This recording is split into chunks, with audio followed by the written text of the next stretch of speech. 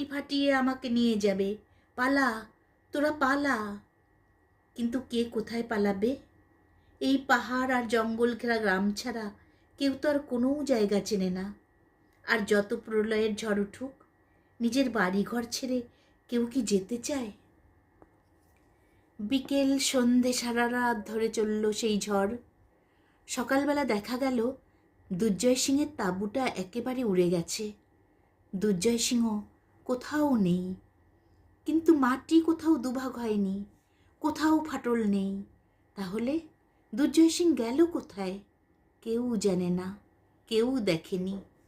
একটু বেলা হতেই এলো জিপ গাড়ি। তার থেকে নামলো বরকা মাহাতো। বরকা ফিরে এসেছে। কি আশ্চর্য কথা! এই হতভাগা জায়গায় কিছুই পাওয়া যাবে না, জলও পাওয়া যাবে না। বরকার তো এখন অনেক টাকা, সে তো তার অন্ধ মাকে নিয়ে শহরে থাকলেই পারে।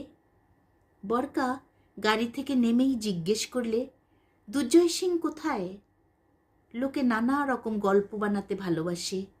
কেউ কেউ বলল তারা স্বচক্ষে দেখেছে দুর্জয় সিং ঝড়ের তোড়ে আকাশে উড়ে যাচ্ছে। বরকা তাদের ধমক দিয়ে বলল, দূর, মানুষ কখনো আকাশে উঠতে পারে নাকি, যতই ঝড় হোক। কিন্তু দুর্জয় সিং গেল কোথায়? ধরিত্রী তো তাকে টেনে নেননি, ভূমিকম্পও হয়নি। কিন্তু বুড়োটা, দুর্বল দুর্জয় সিং কোথাও নেই, এ কথাও ঠিক। বরকা তখন একদল সঙ্গীকে নিয়ে দুর্জয় সিংকে খুঁজতে বেরোলো। তবে কি সে ফিরে গেছে বুড়ো শিবতলায়? এত ঝড়ের মধ্যে সে একা একা যাবেই বা কি করে? বরকারা কিছু দূর এগিয়েছে, এমন সময় শোনা গেল পেছন থেকে একটা দারুণ কোলাহল।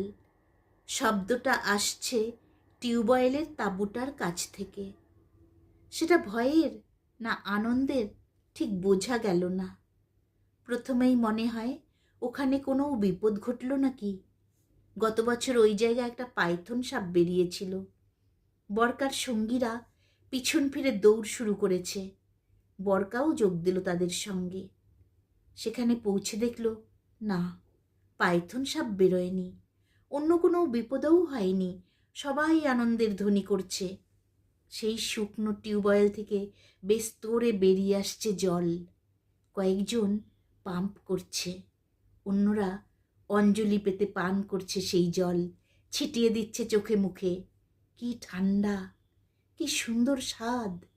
জল নয়, যেন অমৃত। ব্যাস এইটুকু।